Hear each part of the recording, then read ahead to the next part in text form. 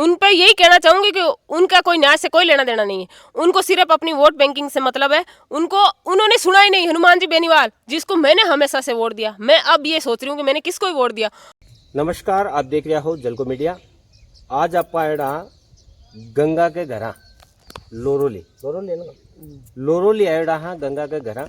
और गंगा 2021 की एसआई भर्ती में चयनित थी और आज बार 2025 में भर्ती रद्द हो चुकी।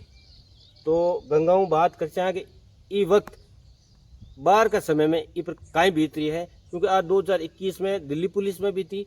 दिल्ली पुलिस की नौकरी छोड़ एसआई भर्ती में गई और बड़ी चयनित हुई। बी के बाद में आज 2025 में हालांकि की ट्रेनिंग चल रही है और भी चल रही।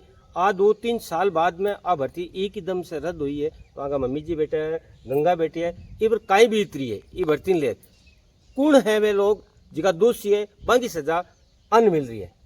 तो गंगा नमस्कार। नमस्कार। ऐसा ही भर्ती रद्द हो चुकी, इन लेर काई के बचाव है। आज जगह जगह पॉलिटिशियन हो रही है, कटई गम है तो कटई खुशी है। इन लेर काई के बचाव। मैं एक तो पहले तो उनको कहना चाहूंगी जो खुश हो रहे हैं बहुत ज्यादा, तो उनको खुश नहीं होना चाहिए। वो हमारी जगह कल को वो भी हो सकते हैं। वो आज ये रहे ना पेपर आउट की वजह से हमारी भर्ती रद्द हो रही है, तो वो बहुत ज्यादा नाच गाने कर रहे हैं। तो वो ये कुछ सोच रहे हैं कि कल को वो सिलेक्ट होंगे, उनके भी पेपर में फर्जीवाड़ा होगा, उनकी भी भर्ती रद्द कर दी जाएगी। तो वो उनको नाचना नहीं चाहिए। दूसरी बात मैं ये कहूंगी, जैसे हम है, हमारे इस एग्जाम में 3 स्टेज होते हैं। पहले रिटन एग्जाम होता है, फिर फिजिकल होता है, फिर इंटरव्यू होता है। हम वो लीगली रूप से पूरे तीनों पार करके आए हैं, जो करवाती है गवर्नमेंट। जैसे आरपीएससी संस्था ने कराया, हम उसमें सिलेक्ट होकर आए, फाइनल मेरिट में सिलेक्ट हुआ है। फिर हम वहाँ पे सिलेक्ट हुए और फिर हमने 15 महीने ट्रेनिंग की। अभी हम वहाँ पे हमें जिलों में अलॉट दिया। तो एकदम से कोर्ट का ये ऑर्डर आता है कि इस भर्ती को बहुत ज्यादा फर्जीवाड़ी की वजह से रद्द कर दिया जाता है। तो इसका मतलब यही है, हमने जो इस भर्ती को पूरे 5 साल दिए, पूरे 5 साल 2021 में इसका एग्जाम हुआ था सितंबर में, और इससे लेके अब तक हम इस एग्जाम में लगे हुए हैं। हमने अपनी किताबें छोड़ दी क्यों, और हम पढ़े भी क्यों? क्योंकि हमें ऐसा ही लगना था। हम लग गए आगे, हमारी मर्जी के हम कोई तैयारी करें या नहीं करें। है अगर जुनून तो कर सकते हैं, नहीं तो नहीं करें। तो अब हम और बोल रहे हैं कि जो मेहनत वाले हैं वो वापस लग जाएंगे। कैसे लग जाएंगे?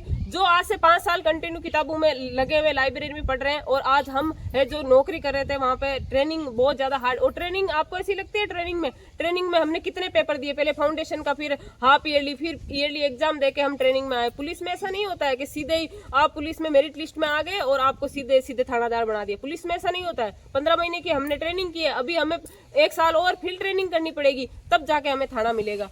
तो एकदम से आप पूरे 5 साल की मेहनत को एक ऑर्डर में आप ये कहते हो कि अब आप बेरोजगार हो। इतने दिन आपके पास में नौकरी थी जो आपने मेहनत से ली थी, और अब हमारा ऑर्डर ये है कि अब आपके पास ये नौकरी नहीं है। तो ये कौन सा न्याय हुआ? ये कौन सा, ये हम लोकतंत्र में, कौन से लोकतंत्र में हम जी रहे हैं? कौन से हमारे मौलिक अधिकार, कौन से मानव अधिकार क्या है?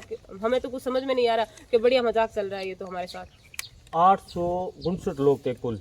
कुछ लोगों को तो उस टाइम में बाहर निकाल दिया, कुछ लोगों पर कार्रवाई चल रही थी, लेकिन सारे लोगों को एक साथ बेरोजगार करना, इस चीज को किस तरह से देखते हैं? ये मैं देखती हूँ कि हम रह कहाँ रहे, कौन से देश में ऐसे रह रहे हैं कि कौन सा न्याय है ये सरासर अन्याय है। यहाँ पे यही हम तो आज से आज तक जहाँ पढ़ते आए हैं, हमने इतना पढ़ा है कि एक दोषी छूट जाए, लेकिन 100 दोषी छूट जाए, लेकिन एक निर्दोष नहीं मतलब मरना चाहिए। और यहाँ पे हम क्या हुए, हम यहाँ पे तो एक दोषी की वजह से 100 निर्दोष लोगों को ऐसे मतलब खड़ा करके हाँ के इनको मार दिया। मारने के समान ही है। हमसे हमारी प्रतिष्ठा छीनना मारने के समान ही है। समाज में रहना, आप जो लोग ऐसे बोल रहे हैं ना, वो अपने हमारी जगह रख के देख ले एक बार कि समाज में ये चीज कितनी होती है कि कल तक तो आप थानादार थे और आज आपको कह दिया आप थानेदार नहीं हो। तो ये सरासर मजाक है। कोई प्राइवेट कंपनी में हम भर्ती नहीं हुए थे, हम सरकारी नौकरी में भर्ती। और सरकारी नौकरी में आदमी अपना पूरा फ्यूचर सेव करने के लिए सरकारी नौकरी चाहता है कि अब मैं कहीं पर भी रहूं, मैं छुट्टी काट रहा हूं तो भी मुझे सैलरी मिलेगी, मैं कुछ भी हूं तो ये है कि मुझे कोई ऐसे निकाल नहीं सकता। और ये प्राइवेट कंपनी की तरह ये भी नहीं है कि बंद हो जाएगी और मैं घर चला जाऊंगा। इसलिए आदमी गवर्नमेंट नौकरी में जाना चाहता है। तो ये जो लोग ये सोच रहे हैं ना हमारा सिलेक्शन नहीं हुआ और इनका हो गया और आज वो है कि इनको निकाल दिया जा रहा है, नाच रहे हैं, तो उनको ये सोचना चाहिए कि भाई सरकारी नौकरी में से निकालना इतना आसान है तो वो क्यों तैयारी कर रहे हैं? उनको दुख होना चाहिए। और ये वो खुश हो रहे हैं, तो ये बहुत बड़ी विडंबना है। जयपुर में धरना चल रहा है, अगर ये ऐसा ही भर्ती रद्द रही तो अगला कदम क्या होगा आपका? अगला कदम यही होगा, डीबी में जाएंगे, फिर हम लड़ेंगे, सुप्रीम कोर्ट तक जाएंगे। लड़ेंगे, हमारे अधिकारों के लिए लड़ेंगे, क्योंकि हम कोई चोर नहीं है। और हम हमेशा के लिए अगर इस चीज़ को हमने एक्सेप्ट कर लिया तो हमेशा के लिए हमारे ऊपर ये टैग लग जाएगा कि ये भी फर्जी थे। और इसकी कोई गारंटी नहीं दे सकता कि अगली भर्ती में लग जाएगा। कैसे लग सकते हैं अगली भर्ती में? जो आज 5 साल से हमने छोड़ रखी है, हम उसके कंपेयर कैसे कर सकते हैं उसके साथ में जो 5 साल से कंटिन्यू पढ़ रहा है? और वो 5 साल के बीच में जो भी जितने सारे एग्जाम आए, हम उसमें किसी में बैठ नहीं पाए, उसकी भरपाई कौन करेगा?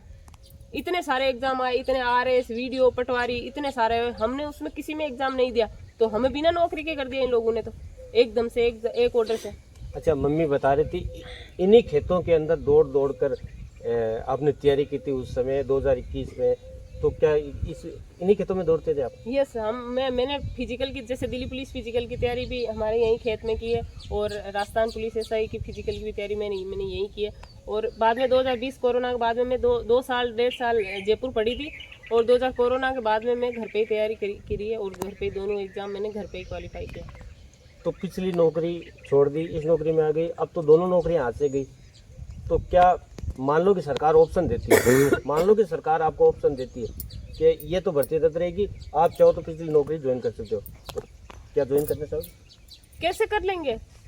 एक आदमी सपना लेके आता है, हर आदमी ऊपर जाना चाहता है नीचे से। तो मेरे भी यही सपने थे कि मैं कांस्टेबल के लिए मुझे कभी नहीं लगा कि मैं कांस्टेबल मतलब इस पर है कि मुझे संतुष्टि मिलती है। मैंने वहाँ पे ज्वाइन किया क्योंकि उस टाइम वही था कि ये एग्ज़ाम मैंने ये एग्ज़ाम दे चुकी थी। उसके बाद में मेरी वहाँ पे दिल्ली पुलिस ज्वाइनिंग आई तो मैंने वो ज्वाइन किया। मैं वहाँ से छोड़ के आई, रिजाइन दे के आई कि मैं यहाँ पे SI बनी हूँ, 2 स्टार बनी हूँ। तो कौन चाहेगा कि वापस आपके सितारे उतार लिए जाते हैं, आपको वापस कांस्टेबल की वो वर्दी पहनाई जाती है? कौन चाहेगा? क्या हमारी आत्मा हमें ये मंजूरी देगी? जिस तरह से मीडिया के अंदर फैल रखा है कि सारे के सारे जो लगे हैं वो फर्जी तरीके से लगे, इस चीज़ को किस तरह से देखते हो? कौन है ऐसा, मतलब ये अफवाह है या सही है, क्या है?